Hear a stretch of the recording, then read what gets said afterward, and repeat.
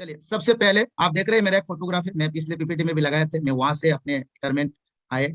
और मेरा last photo भी आप देख रहे हैं। तो फिर मेरा जो क्यू क्लियर था उसके ऊपर में बात करेंगे।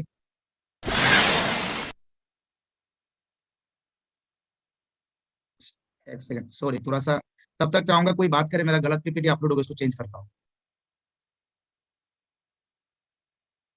एक सेकंड के लिए कोई भी सामने आइए, मैं इसको चेंज कर लेता जी सर, आपका बहुत बहुत वेलकम है। और मैं भी एक आर्मी परिवार से बिलोंग करती हूँ, तो मुझे भी आज आपको देख के बहुत खुशी हो रही है, क्योंकि हम जिस प्लेटफॉर्म से आए हैं, आर्मी के प्लेटफॉर्म से आए हैं, तो यहाँ पे जो मान सम्मान है ये बहुत कुछ हमें देगा। जो एक सेवा भाव था वहाँ पे, यहाँ पे भी वो सेवा भाव तैयार हो रहा है। और आज आपको देख के, कल ही आर्मी डे हुआ है सेलिब्रेट, और आज आप आए तो बहुत खुशी हो रही है। तो ओके, आ गया। Thank you ma'am. Okay sir, thank you. Ma'am thank you मदद करने के लिए। तो मैं आपको थोड़ा सा क्यों क्लियर करेंगे। इस बिजनेस में आने का मेरा सबसे बड़ा जो आसान था वो मेरा क्यों क्लियर था। नंबर वन की अगर बात करूं तो मैं आपको बता रहा हूँ, जब इस चीज से आप समझ लीजिए, आज महिला इस चीज को समझेंगे। जब आपकी क्यों क्लियर होता है तो कोई भी दर्द आपको गिरा नहीं सकता। आप इस फोटो से समझ लीजिए, ऐसे सब लोग हम इस दुनिया में इस तरह से आए, और इस दर्द को एक माँ से ज्यादा कोई बेहतर नहीं समझा सकता। लेकिन अगर माँ को पूछेंगे कि माँ, बच्चा पैदा करने में कितना दर्द है, उसने बोला मुझे इतना कहाँ पता है, मैं तो बस तेरे खुशी देख के सब भूल गया। तो आप सोच सकता है, जबकि उस 9 महीना की दर्द है, पीड़ा को एक माँ से बेहतर कोई नहीं जान सकते। दोस्त, अगर आपको आरसीएम करना है, मैं किस लिए किया वही मैं आपको बता रहा हूँ। मुझे क्यों क्लियर था, दर्द नजर नहीं आया। और आप इसकी दर्द को समझ लीजिए। आप अपनी पत्नी को जब बच्चा डिलीवरी करते हैं, उनको आंखों से देख के एहसास कर सकता है। आपके आस पड़ोस की आपकी बहन होगा, रिश्तेदार होगा, जो भी लोग, उनकी तरफते हुए चीजों को देख के आप एहसास कर सकते हैं। लेकिन जब जब वो शांत में एकांत में बैठते हैं, वो दर्द को भूल जाते हैं। क्यों? उसके सामने खुशी मिलता है कि मेरे सामने आने वाला उसी पल बाद एक प्यारा सा नन्हा सा बच्चा आएगा, उनकी आंखों में देख के मैं अपने सपने को पूरा कर सकता हूँ। जब सपने सामने आ जाते हैं, दर्द एहसास नहीं हो सकता है। तो मैं जो आरसीएम किया, इसका सबसे बड़ा कारण है, मुझे इस तरह से एक मम्मी की तरह, एक लेडीज की तरह, मुझे अपने आने वाला भविष्य का क्यू क्लियर कर दिए थे मेरे अपलाइन। और जो भी लीडर्स आरसीएम में मिलते गए, सब लोग मेरा क्यू को क्लियर किया। मेरा जो ग्रेट अपलाइन मिस्टर पीके सिंह सी, वो हमेशा मुझे सपोर्ट करता था और मुझे क्यू बार बार क्लियर करा देते। एक फौजी की तरह मुझे हमेशा कमांड करते थे, और मैं बाकायदा उसको एक्सेप्ट किए। तो इस फोटोग्राफ से आप समझ सकते हैं। दूसरा, आप देखिए तो मैं छोटे छोटे फोटो से आपको वाकिफ कराता हूँ। ये पेंटर है जो अभी फिलहाल मेरे घर पे ही काम कर रहा है। मैं जब इनकी फोटोग्राफ देखता हूँ तो मैं बोलता हूँ, अगर इनको चक्कर आएगा तो गिर सकता है, इन ज्यादा थक जाएगा तो लटक सकते हैं। पता है, वहां से उन लोग को अगर बाथरूम भी लगता है तो बोलते हैं चलो कौन उतरेगा, कौन चढ़ेगा, थोड़ा सा और कर ले। तो चाय पीने के लिए भी बोलते हैं, बोला रहने दीजिए, थोड़ा नीचे आके पी लेंगे, फिर कौन चढ़ेगा। मतलब हर चीज को वंचित करके 400 से 500 रुपया दाढ़ी के लिए वो इस काम को करते हैं, और शाम तक करते रहता है, कभी उतरता नहीं। क्योंकि इनकी क्यों क्लियर है, क्योंकि मुझे 500 रुपया कमा के अपने घर में जाना और बच्चों को रोटी खिलाना। दोस्त, जब क्यों क्लियर आता है ना, तो हर काम आसान हो जाता है। आप आरसीएम क्यों करना, उसका क्यों क्लियर कर लीजिए, और आपको हमको सब कुछ बिजनेस में संघर्ष नजर नहीं आएंगे। अब मुझे जो क्यों क्लियर हुआ, उस फोटो से मैं आपको दिखाता हूँ। क्योंकि अगर मैं दर्द की बात करूं तो मुझे बहुत ज्यादा आरसीएम में दर्द नहीं मिला जितना मेरे को फोर्स में मिला। वहां मैं परिवार को त्याग करना पड़ा, मेरे कई साथी मेरे को खोना पड़ा, मैं कई सारे डेड बॉडी लेके घर आए थे। मैं जब जब डेड बॉडी लेके आते थे तो मेरा मन में एक ही प्रॉब्लम आता था, समस्या आते थे। अगर इस 8-10 डेड बॉडी लेके मैं छत्तीसगढ़ से घर पहुंचा, अगर इसके बीच में एक डेड बॉडी मेरा आ जाए, मेरा परिवार का क्या होगा, मेरे माँ बाप का क्या होगा, मेरे बच्चों का क्या होगा, जिनकी आंखों में सपने लेके मैं नौकरी कर रहा हूँ। ठीक है, मैं मर जाऊंगा, मुझे बीवी को पेंशन मिलेगा, मेरे बच्चों को फिर कौन देखेगा जिसको नया सपना मिल रहा है। मेरे को ये सब चीज एहसास होता था, और मैं तड़पता था जब भी ड्यूटी में जाता था। मैडम को कैसी भी हो, उस टाइम जब छत्तीसगढ़ में 2011-12 की बात है, थोड़ा कभी कभी लैंड फोन से कॉल होता था, तो मैडम को बोलता था आज आखिरी बात भी हो सकता था, आखिरी बात भी है, मैं फिर बचूंगा तो शाम को आके लौट के बात करूंगा। ऐसे ऐसे बात करके हम जाते थे, रो रो के जाते थे। लेकिन जब ड्यूटी में चले जाते थे फिर दर्द को भूल जाते थे। क्यों? क्योंकि या पत्नी को प्यार करते हो और देश को प्यार करते, तो बीच में जो दर्द है वो हम लोग भूल जाते थे। तो आप जब आरसीएम के लिए निकलते हैं, बोले आपका परिवार की माया ममता आपको रोकने की कोशिश करेगा, लेकिन जब आप जिस डिस्ट्रीब्यूटर के पास जा रहे हैं, जिससे मिलने जा रहे हैं, वो देश से कम नहीं है। उनके घर के आप आबाद करेंगे, उनके घर में रोजगार देंगे, उनके घर पे खुशियां लाओगे, आपको पता है आने वाला समय आपके घर में खुशियां आ जाएंगी। वो हमारा एकमात्र कारण है। जब हम इस चीज को विजुलाइज करके, इस चीज को क्लियर करके जब हम आगे बढ़ेंगे, वो आपको साफ दिखेगा। मेरे बात सबको समझ में आ रहा है? यस आवाज? Sir. Yes okay, sir. Thank you. Yes sir बिल्कुल। मेरा जो क्यू क्लियर था, आप इस 4-5 फोटो से समझ लीजिए। देखो, मनी हमारे लिए बहुत इंपॉर्टेंट था, लेकिन हम जब नौकरी में गया था तो 2600 कमा रहा था, फिर धीरे धीरे सैलरी बढ़ते बढ़ते 10,000, 15,000, 20,000 तक हुआ। लेकिन महंगाई के साथ साथ वो बराबर ही रह गया। लेकिन जिस मनी को हमको चाहिए, खर्चा से ज्यादा इनकम चाहिए, तो वो हमारा नहीं हो रहा था। लेकिन हमने कभी ऐसा सोचा, चलो जीवन जीने के लिए पैसा तो मिल रहा है, लेकिन ऐसा लग रहा है कि पैसा के साथ साथ हमने कुछ खो रहा हूं जो नहीं मिल रहा है।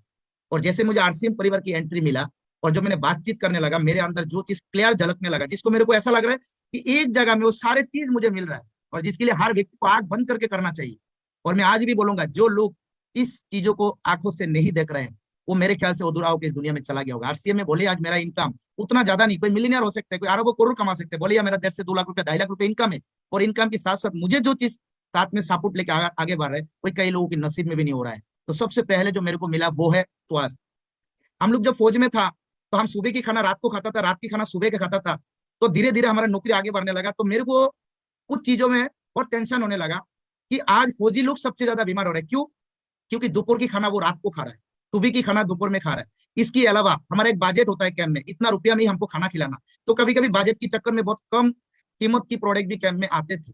और मैंने देखा धीरे धीरे अपना कई सारे फौजी का डायबिटीज, शुगर, पैरालिसिस, मैं तो ऐसा तक भी देखा कई सारे लोगों की पेट की मांस पाव में, पाव की मांस पीठ में लगा के मेडिकल करके घर पे भेज रहे हैं रिटायरमेंट। और कुछ लोग ड्यूटी नहीं कर पा रहे, और बदले में क्या हो रहा है, फौज में ही खतरा आने लगा। तो हमको लगा यार हम तो ठीक है पैसे कमा रहे हैं, लेकिन हम ही बीमार पड़ते जा रहा है। तो आने वाला पीढ़ी अगर बॉर्डर में ड्यूटी करने के लिए भी आएगा, वो तो पहले बीमार हो जाएगा, वो तो कश्मीर में बॉर्डर में चौराहे तक भी नहीं पहुंच पाएंगे। अगर हम बाहर जाके कुछ लोगों को हेल्दी प्रोडक्ट दे, तो मेरा ख्याल से आने वाला पीढ़ी हेल्दी होकर बॉर्डर में तो आ सकते हैं, पर हम तो बीमार पड़ जाएंगे। हमको देख के तो आने वाला पीढ़ी बॉर्डर में भी नहीं आएंगे। तो आपको पता है, मैं इस बात के पीछे जो सबसे ज्यादा दम भरता है वो आरसीएम की प्रोडक्ट। जब जब हम कोई प्रोडक्ट को हाथ लगाए, जिस जिस प्रोडक्ट को हमने यूज किया, वो प्रोडक्ट हमको पागल बना दिया। चाहे हेल्गर राइस ब्रान ऑयल ले लीजिए, चाहे गामा ले लीजिए, चाहे किसी भी प्रोडक्ट लीजिए। और इससे ज्यादा जो चीज हेल्दी के लिए आपको यहाँ मिलता है वो है हमारा मीटिंग, वो हमारा मोटिवेशन, जो कोई प्रोडक्ट से ज्यादा हमको काम करते हैं। हमसे कुछ नहीं होता है, फिर भी पीठ में थप्पड़ लगा के कोई अपलाइन बोलते हैं तो बहुत कुछ कर सकता है। एक पत्नी को कभी पति ने शादी की बात आज तक शाबाशी करके ये नहीं बोला कि तुम तो बहुत बड़े ये वुमेन गर्ल बन सकते, बहुत आगे निकल सकता था, वो भी नहीं बोला। पर आरसीएम परिवार के आने के बाद कई लोगों ने आंखों में आंख डाल के ये बोलते हुए मैंने देखा। मेरा मैडम को भी, मेरा वाइफ को भी, मेरा अपलाइन पीके सिंह सर और पीके सिंह सर का वाइफ मेरे अलावा मेरे पत्नी को भी सपोर्ट दिया कि आप दोनों मिलकर बहुत आगे जा सकते हैं। लेकिन पहले मुझे लगता था मैं अकेला आगे बढ़ सकता था। यहाँ पर हेल्थ से ज्यादा मोटिवेशन भी आपको मिलता है, जो आपको स्वास्थ्य के लिए चेहरे पे रौनक लाता है। वो तो प्रोडक्ट तो है ही, साथ में हमारा सबसे बढ़िया बात है हमारा गाइडलाइन। दूसरा, आज 90% लोग बोलते हैं हमारे पास टाइम नहीं। अगर मानिक भाई को सबसे ज्यादा कुछ दिखाई दिया वो टाइम, क्योंकि जिसको भी बोलता था वो बोलते टाइम नहीं, टाइम नहीं। तो मैं टेंशन में होने लगा, रिक्शा वाला को भी टाइम नहीं, फौजी को भी टाइम नहीं, किसी के पास भी टाइम नहीं, ये टाइम है किसका पास? फिर मैंने एक किताब पढ़े, उस किताब में लिखा है अगर जिंदगी में टाइम चाहिए तो टीम बनाओ, और टीम बनाने का सबसे आसान बिजनेस है तो कोई आरसीएम है। तो एक बार जय आरसीएम बोल के दिल में हाथ रख के बोलिए, अगर भविष्य में टाइम चाहिए तो आपका जो कदम है टीम बनाने का, वो आरसीएम अकेला नहीं, सब मिलके प्रोडक्ट अपलाइन डाउनलाइन मिलके आपको इतना टीम बना देगा, आगे आने वाला समय में आपको टाइम मिलेगा। आज मैं रिटायरमेंट हो, लेकिन सबसे बढ़िया बात है कि मेरे पास कोई काम भी नहीं, मैं बिल्कुल फ्रीडम। आप एक बात सोच लीजिए, मोदी के पास क्यों टाइम है? अगर मोदी जी के पास टाइम इसलिए है क्योंकि उसके पास हर स्टेट में मुख्यमंत्री की टीम है। मुख्यमंत्री के पास टाइम इसलिए है क्योंकि उसके पास मंत्रियों का टीम है। मंत्री के पास इसलिए टाइम है क्योंकि गांव का प्रधान का टीम है। टीम का पास हर व्यक्ति ने अपने छोटे छोटे टीम बना के अपने को फ्री किया। एक सास को तब टाइम मिलता है जब उसके घर में दो बहू आता है, क्योंकि उसके पास दो बहू का टीम आता है। अगर आप किसी भी व्यक्ति को टाइम के लिए तरस रहा है, अगर आज की बात आप ये बोलना चाहते हैं कि मेरे पास टाइम नहीं है, तो आप ये सोच लीजिए आप खुद की काम खुद कर रहे हैं। दोस्त, जब तक खुद की काम खुद करेंगे, इस जन्म तो छोड़िए, अगले जन्म तक भी आपके पास टाइम नहीं आएंगे। मेरे को सबसे ज्यादा जो अच्छी बात लगी वो लगा कि मैं टाइम बना सकता हूँ, क्योंकि मेरे को टीम बनाने के लिए एक ऑप्शन मिला है, वो है आरसीएम बिजनेस। और टीम बनाने के लिए मेरे पास प्रोडक्ट है, सपोर्ट है, अच्छा लोग है, तो मैं क्यों नहीं बना सकता हूँ? ये जज्बा मेरे अंदर आया है और मैंने देखा। और टीम बनाने के लिए हमको 4-5 आदतों को बदलना पड़ता है, जो ऑलरेडी हर व्यक्ति चाहते हो आदत बदल दी। क्या? आपको अच्छा बातें करना, अच्छा ड्रेसे पहनना, आपको नशा मुक्त होना, पत्नियों को ज्यादा, अपने वाइफ को, पत्नी को ज्यादा प्यार करना, घर में अच्छा रिलेशन बनाना, आस पड़ोस के लोगों को सम्मान देना। अरे ये तो हर व्यक्ति उम्मीद करते, हर व्यक्ति उम्मीद करते हैं। जब हम दूसरे से उम्मीद करते हैं, हमको मिला और ना मिला तो बात की बात है, जब मौका खुद को मिला वो चीज करने के लिए, तो हम क्यों नहीं करते? तो मैंने देखा चलो ये भी अच्छी बात है, अगर ये काम करके ये काम होगा तो बहुत अच्छी बात है। मैंने एक चीज देखा, जब घर पे आके पहले तो फैमिली आरसीएम का बातें करते तो माना करते थे, मैंने कुछ नहीं करता था, उनको पहले से ज्यादा प्यार करने लगा, पहले से ज्यादा उनके साथ आई लव यू बोलने लगा, रोमांटिक होने लगा, घूमने फिरने का बातें करने लगा। तो मैंने देखा पहले जहां मीटिंग में जाने का बात कर माना करते थे, जब थोड़ा सा प्यार से बात करते थे, पूरा बच्चे को रेडी करके चल देते थे मीटिंग में जाने के लिए। एक छोटे सी बदलाव में इतनी बड़ा चेंज आ गया। तो मैं आप जितने भी लोगों को, कई लोग बोलते हैं ना कि सर मेरा फैमिली आरसीएम का बात नहीं सुनता, मेरा हस्बैंड नहीं सुनता था, मेरा भी नहीं सुनता था। मैं कैंटीन में प्रोडक्ट लाता था, अचानक आरसीएम का थैला लेके गए तो मैडम ने मेरे को बोला ये आरसीएम का सामान हम इस्तेमाल नहीं करेंगे, ये जाओ दूसरे को बाजार में वापस लेकर उससे सामान दूसरे लेकर आओ। और अपलाइन पीछे से बोल के दिया, अगर आरसीएम की 100% प्रोडक्ट यूज नहीं है तुम्हारा व्यापार नहीं चलेगा, और बीबी यूज नहीं करेगा तो 100% कहाँ यूज होगा? तो मेरा मैडम को मैंने अपने सामने खींच के आंखों में आंखें डाल के मैंने सिर्फ एक ही बात पूछा, मैं कौन हूँ? बोला तुम्हारा मेरा पति हो। मैं बोला मैं सच में बताऊं मैं कौन हूँ? बोला सच में क्या तुम मेरा पति हो? मैंने बोला मेरे लिए क्या कर सकता है? बोला जान दे सकता है। मतलब कुछ भी नहीं करना, आरसीएम का प्रोडक्ट यूज करके दिखा दो 6 महीने बाद, उतना मैं समझ जाऊंगा। तो मैंने ऐसे ऐसे बातें करने लगा फैमिली से। मैंने जिस तरह से एक फौजी ने बुलेट प्रूफ लगाते गोली से बचने के लिए, मैंने आरसीएम में कुछ बातों का बुलेट प्रूफ बनाया। जब जब कोई बातें करते थे, मैंने तो बीसी सर की बात, केसी सर की बात, कदम सर की बात, पीके सर की बात, इन लोग कुछ लोगों का बातें मेरे को ऐसा लगता था गोली से ज्यादा स्पीड जाता था। उनकी बातों को मैं कैच करता था और आजमा के देखता था, और लेकिन मैं बोलने के लिए भी उनकी स्टाइल इस्तेमाल करता था। तो मैंने देखता कुछ कुछ बातें कई दिन बाद में काम करता था, लेकिन बोल देते। तो आप भी बोलने की कोशिश करिए, आपको भी काम आएगा। मैं सिंपल बात बोल रहा हूँ, टाइम चाहिए तो टीम बनाओ। टाइम चाहिए सभी को तो बनाओ, यस तो बनाओ यस टीम। सर। रुक के रखा, अगर टाइम चाहिए तो टीम बनाओ, अगर अदरवाइज कभी टाइम नहीं आएंगे। और मेरे को जो सबसे ज्यादा लगा वो है रेस्पेक्ट।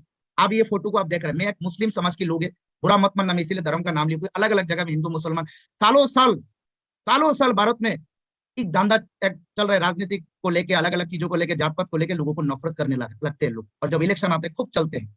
लेकिन मैं जब आरसीएम में आई, मेरे को एक परिवार ने, देखिए मेरे को कैसे सहा लगा के सिंदूर लगा के मुझे सम्मान दे रहा है। मैंने मैडम को पूछा, मैम आप मुझे क्यों पूजा कर रहे हैं? इन्होंने एक बात बोला, जहाँ जात पात की बात नहीं होता है, जहाँ बेटे माँ बाप को छोड़ के चला जाता है, या आके लोग एक दूसरे के लिए काम करते हैं। अरे दोस्त सोच के देख लो, अगर आप सालों से किसी दूसरे विधर्म के लोगों को आप नफरत करते हैं, वो आपके नीचे आगे कोई रॉयल्टी टेक्निकल बन जाता है और आपकी पिन बड़ा हो जाता है। मुझे पता है आपका भाई को आप गले लगाओगे नहीं लगाओगे वो तो बात की बात है, लेकिन पहले उस डाउनलाइन को गले लगाओगे। ना जात पूछोगे, ना कौन सा बिरादरी पूछोगे, आपको बस कामों में मोहब्बत होना चाहिए। दोस्त अगर हम सब मिलके एक दूसरे के काम आने लग जाएंगे, हिंदू मुसलमान क्रिश्चियन बौद्ध जैन, अगर सब एक दूसरे की काम आने लग जाएंगे, तो मेरे ख्याल से ये जो जात पात की लड़ाई खत्म हो जाएगा और हिंदुस्तान दुनिया की नंबर 1 हो जाएगा। ये मिशन हमको लेना पड़ेगा कि हम सबकी काम आना चाहिए। राइट? यस या नो?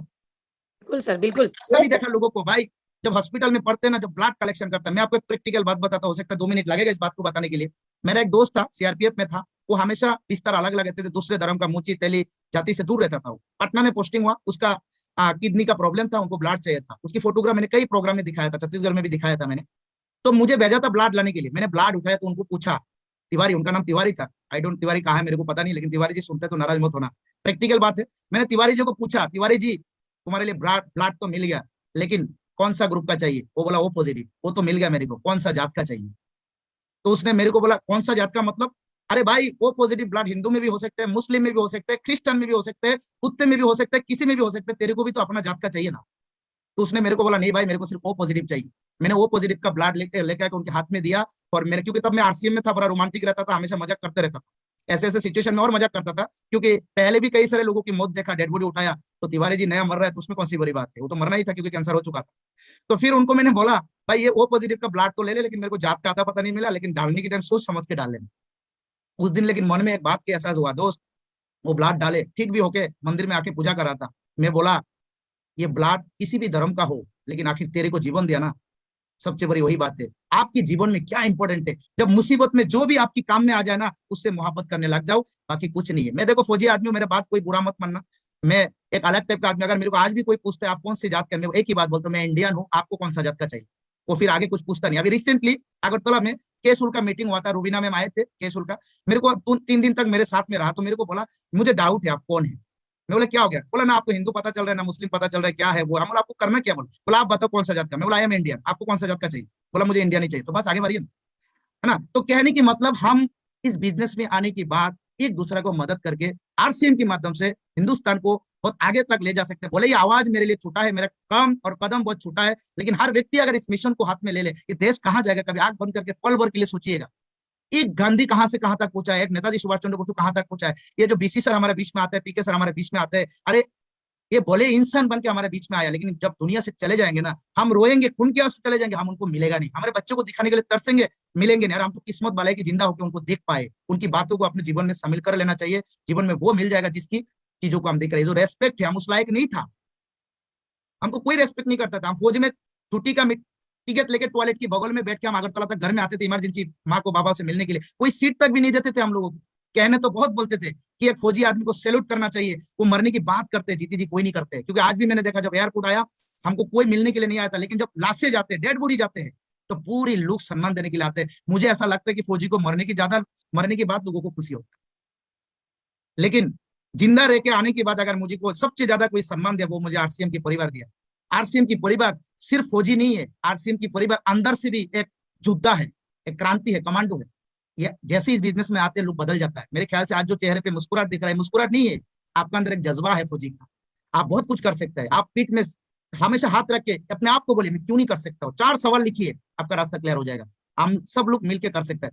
मेरे भी आप लोग का सपोर्ट मिलेगा तो मेरे ख्याल से मैं भी बहुत कुछ कर सकता हूँ। मुझे आज जो रेस्पेक्ट मिल रहा है मैं उसकी लायक नहीं, बार बार बोल रहा हूँ, लेकिन आरसीएम परिवार ने दे रहा है, तो इसकी मैंने जो उसकी जो क्या बोलते हैं एहसान है वो मैं पूरा करूंगा। अभी जो रेस्पेक्ट मेरे को मिल रहा है उसका काम मेरा हुआ नहीं अभी, अब मैं करूंगा, क्योंकि मुझे लगा कि मुझे जब लोग भरोसा किया, जब बच्चे को भरोसा होता है ना, मेरा बाप ने मुझे कुछ लाके देगा तो वो लाके देता है। आज आपने भरोसा किया, मैं आगे वो काम करूंगा जो मेरे से अभी तक नहीं हुआ। और सबसे इंपॉर्टेंट बात है जो आप लोग पूरा समझ लीजिए, वो है सिक्योरिटी। 13 साल नौकरी करने के बाद अचानक मैंने डिसीजन लिया कि मैं 20 साल करके रिटायरमेंट चला जाऊंगा। तो मेरा वाइफ ने बोला कि जाके क्या करो। जब मैंने लौट के देखा बहुत सारे फौजी रिटायरमेंट गया तो देखा वो रिटायरमेंट जाके दुकान चला रहा है, खेती चल रहा है। तो मेरा मन में सवाल आया, अगर दुकान और खेती चलाना था तो फौज से पहले भी तो चला सकता था, फिर जाके क्या चलाना जरूरत है। फिर सिक्योरिटी कहाँ है? मेरे को दूर दूर तक नौकरी में सिक्योरिटी नजर नहीं आया। मैं मर जाऊंगा, बीबी को पेंशन मिलेगा, बीबी मरने के बाद फिर बच्चा जीरो हो जाए, फिर कहाँ सिक्योरिटी है? ऐसे कितने सारे फौजी चला गया, मैंने आज भी देखा उन लोग सड़क पे पेंशन के लिए दिल्ली में जाके धरना दे रहा, अपने पैसे कारगिल में लड़ाई करके मौत दे दिया, टांग दे दिया, गले दे दिया, आज भी छोटे छोटे पैसे के लिए तरसना पड़ रहा है। दोस्त वहां सिक्योरिटी नहीं है। सिक्योरिटी को अगर जानना चाहते हैं, मैंने एक किताब में पढ़ा था, अगर आपको सिक्योरिटी चाहिए वो काम करना पड़ेगा जो काम आपकी मरने के बाद भी चलेगा, वो चाहे कुछ भी हो। जब मैंने आंखों उठा के देखा इस चीजों को, मैंने थोड़ा सा रिसर्च किया तो मैंने देखा बीड़ी बेचने वाला के पास सिक्योरिटी है, दारू बेचने वाला के पास सिक्योरिटी है, क्योंकि मरने के बाद, मालिक मरने के बाद भी दारू चलेगा, बीड़ी चलेगा, सिगरेट चलेगा, उनको पैसा मिलेगा, उनको बच्चों को मिलेगा, लेकिन देश के लिए मरने वाला व्यक्ति को नहीं मिलेगा। तो मेरे को लगा अगर हमको सिक्योरिटी चाहिए वो काम करना का पड़ेगा जिसको मरने के बाद भी चले। तो मैं तो दारू नहीं बेच सकता, मैं तो बीड़ी नहीं बेच सकता, वो तो मेरे से होगा नहीं, किसी का परिवार बर्बाद करके मैं तो धंधा नहीं कर सकता। तो मेरे को रिसर्च करना था, मेरे को पता करना था ऐसा कौन सा प्रोडक्ट हो जो उनकी तरह चलेगा। मैं हैरान हो गया, वो तो प्रोडक्ट में सुबह शाम इस्तेमाल करता है, वो है दाल रोटी तेल साबुन। और मजे की बात है वो प्रोडक्ट बनाने के लिए भले मेरे पास पैसा हो ना हो, आइडिया हो ना हो, लेकिन आरसीएम परिवार ने मेरे से 13 साल पहले मार्केट में ला चुका था। बस जरूरत था मुझे इन्वॉल्व होने का। जब मुझे चीज समझ में आया, मैं तुरंत देर ना करके इसमें इन्वॉल्व हो गया। जब दारू चल सकता है, बीड़ी चल सकता है, तो आरसीएम का हेलगट क्यों नहीं चलेगा, आरसीएम का नमक क्यों नहीं चलेगा, आरसीएम का साबुन क्यों नहीं चलेगा। ये तो उस मैं तो बोलता हूँ कि अगर वो प्रोडक्ट 100% प्रोडक्ट यूज करे ना करे, ये तो 200% प्रोडक्ट 200% लोग इस प्रोडक्ट को इस्तेमाल करेगा। मुझे इस प्रोडक्ट से उतना ही प्यार करना चाहिए जितना लोग अपनी पत्नी से प्यार करते हैं। क्यों? क्योंकि ये प्रोडक्ट आपकी परिवार को खुशी ला सकते हैं। जैसे जैसे मैंने काम करने लगा, मैंने जब रिटायरमेंट आने से पहले कई बार मैंने अपने बिजनेस को मैंने चेक करके देखा, क्लोजिंग का दिन मोबाइल बंद करके देखा मेरा बिजनेस घट रहा है कि नहीं घट रहा है। तो मैंने देखा नहीं, मेरे बिजनेस उस लेवल पे पहुंच चुका है कि मैं रिटायरमेंट लेने के निर्णय ले सकता हूँ। मैं आप सबको बोलता हूँ, जब तक आपकी इनकम आरसीएम की इनकम से दुगुना नहीं हो जाए तब तक पुराना काम को पकड़ के रखे, क्योंकि कोई आपको ये सलाह नहीं देता कि फुल टाइम काम करो। कहाँ करोगे फुल टाइम? जिसके लेके काम करना वो बोलेगा शाम को 4 बजे आओ, तो दिन भर कहाँ करोगे? टीवी देखोगे? नो, दूसरे काम करो अपने परिवार को चलाने के लिए। मैंने सब कुछ इस चीजों को मैंने ऑब्जर्व किया। अगर आपको सक्सेस चाहिए, कि आपको हेल्थ चाहिए नहीं, आपको टाइम चाहिए नहीं, आपको सिक्योरिटी चाहिए नहीं, आपको रेस्पेक्ट चाहिए नहीं, मेरे ख्याल से ये सारे परिवार, सारे चीज आरसीएम परिवार आपको दे सकता है। आज देखो मेरे पास अच्छा हेल्थ है, मैं अभी लगभग 40 से ऊपर मेरा एज हो चुका है। मेरे पास आज मरने के बाद भी एक सिक्योरिटी का रास्ता दिख रहा है। मेरे पास हिंदुस्तान के अलग अलग जगह में लोगों को जानने का थोड़ा सा मौका मिला है। मैं उतना कमा लेता हूँ कि मैं अपने परिवार को खुशी से जा रहा है। सबसे बढ़िया बात है आज मैं फ्रीडम हूँ अपने बच्चों और परिवार के साथ। आपको सब ये चीज चाहिए तो एक बार हाथ उठा के बोले यस। अगर चाहिए तो आपको आरसीएम से परिवार से बेहतर आपको कोई नहीं मिल सकता है। मेरा ये क्यों क्लियर था, ये जब क्यों क्लियर हो गया